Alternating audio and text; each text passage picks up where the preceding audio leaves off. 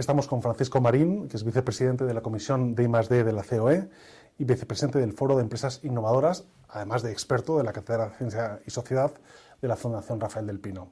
Hola Francisco, muchas gracias por acompañarnos. Muchas gracias, encantado de estar aquí. Bueno, muchas veces estamos muy enfocados en el tema de la investigación, del I+D, pero hay que traducirlo todo en innovación, ¿verdad? Sí, la verdad es que la innovación es una pieza clave para convertir la riqueza que se genera con el conocimiento en beneficio para la ciudadanía. Y esa transformación de lo que es un intangible en algo que los ciudadanos lo noten en su vida, la responsabilidad de llevar eso es la innovación. Y la innovación, en buena parte, tiene que basarse, colocar a las empresas en el centro. Si las empresas no están en el centro, no habrá innovación eficiente. Por lo tanto, estamos ante un cambio de paradigma muy importante. España acuñó el término I+D+I. Creo que lo hizo con buena intención, pero realmente cometió un error, porque pusimos la I de la innovación, la hicimos letra pequeña, la pusimos detrás de la I+D y con lo cual la devaluamos de facto. Hay que cambiar ese orden. Sí, porque los grandes hubs de conocimiento son ya espacios en los que convive el mundo de la empresa, el mundo de la investigación, incluso el mundo de la administración y el mundo de la sociedad, digamos. Son resolutores de grandes desafíos, ¿no? Y es un poco lo que da sentido a la innovación. Sí, cometimos un error, y lo digo en plural realistamente, porque yo he creído también en este error, y es que la innovación se iba a producir por casi sedimento natural de la inversión en I+D. Es decir, metiendo fuerza en la I+D, la innovación iba a salir. Y eso fue un error, porque la innovación bebe de muchas más fuentes.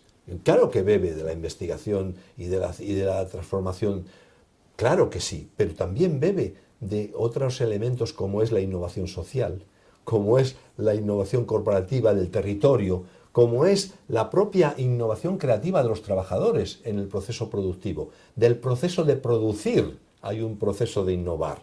Por lo tanto, tenemos que cambiar sustancialmente los actores, su papel y cómo se relacionan. Y ahí verdaderamente estamos viviéndolo en la realidad. Hoy no se puede pensar en un proceso lineal.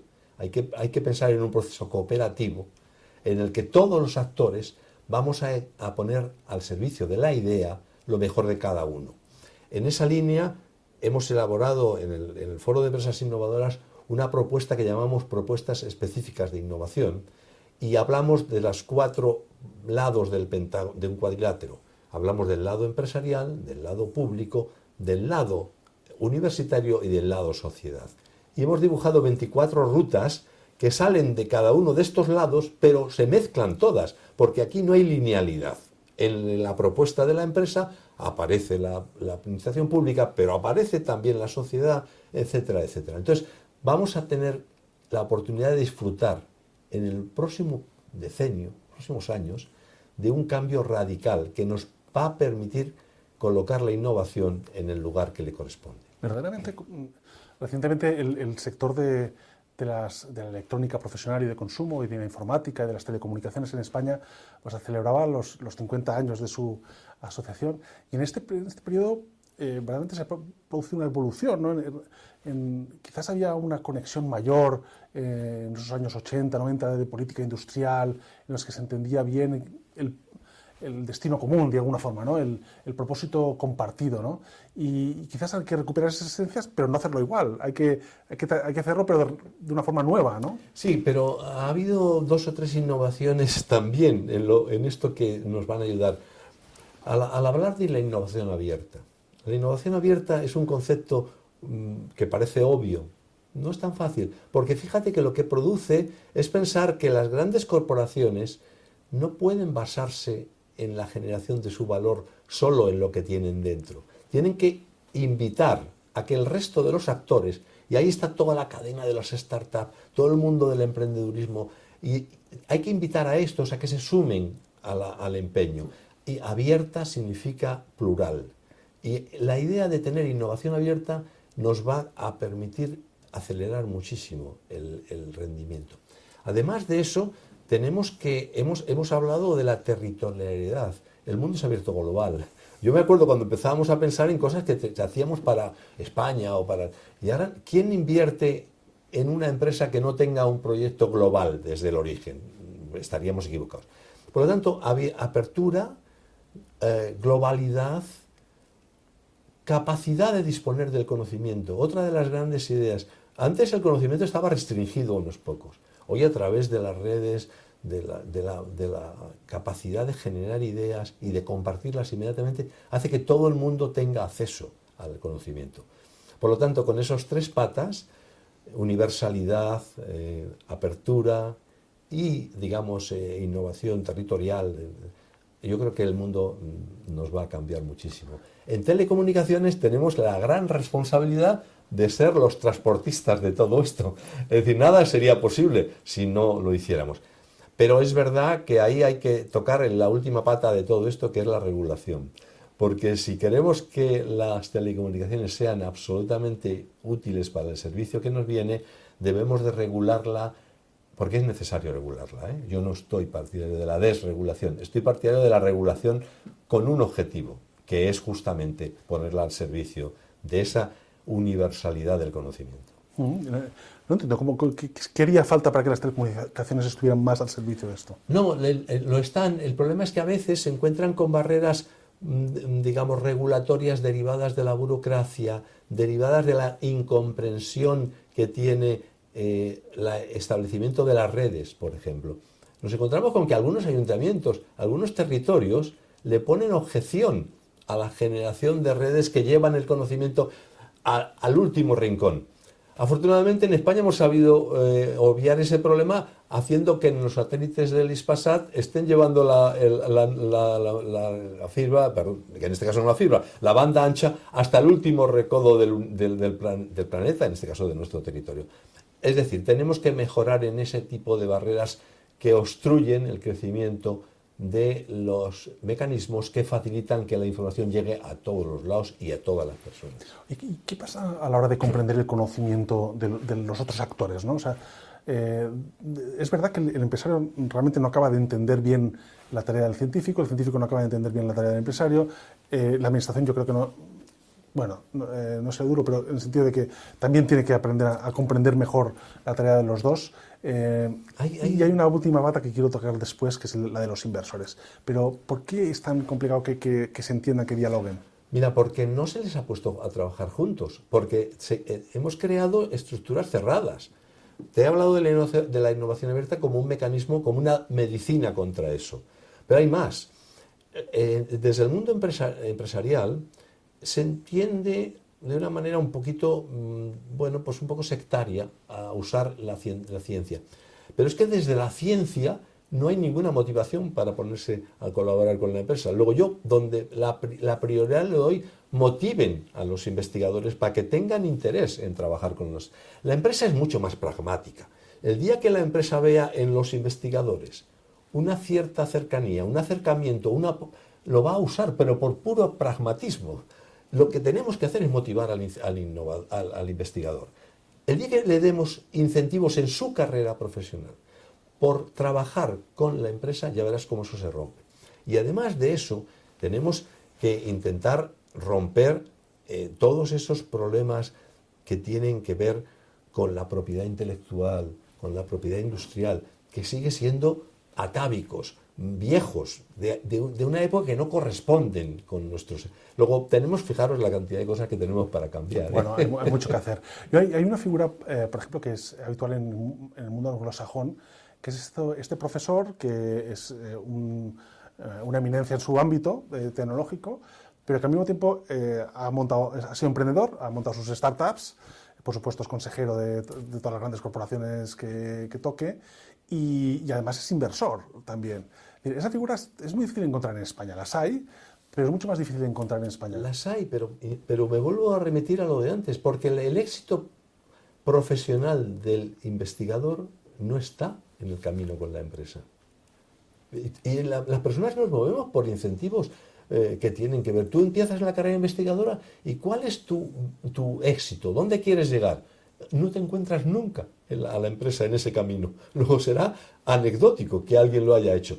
Sin embargo, el señor del MIT o el señor del... es que sabe de entrada que parte de su éxito radica en la colaboración con la empresa.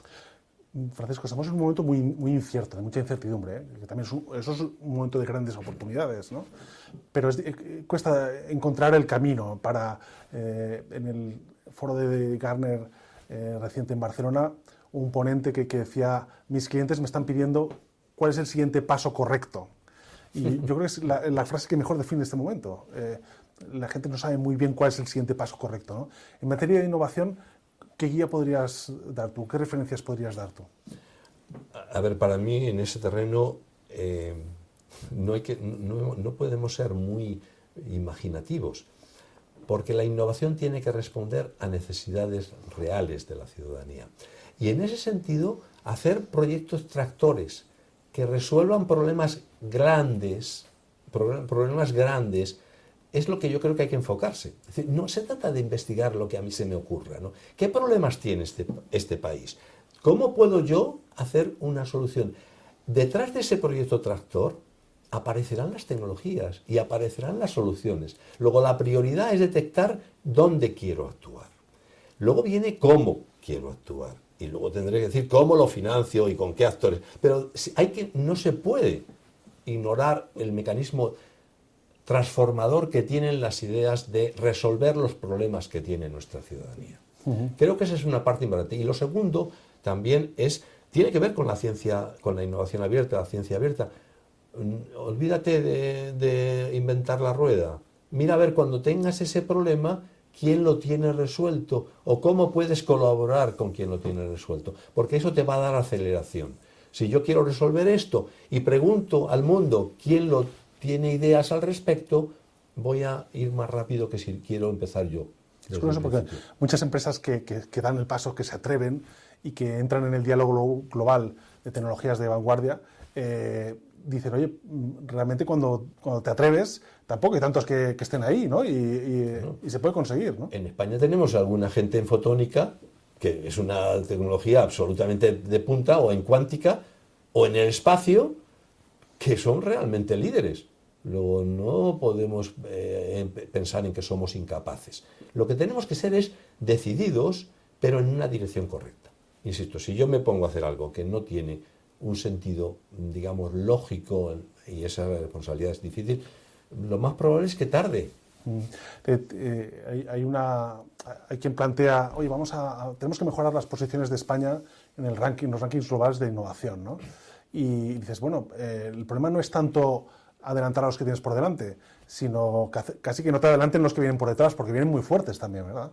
Hay que correr, pero para correr hay que tomar las decisiones que hacen correr. Las 24 rutas que te he citado antes están pensadas en esa línea.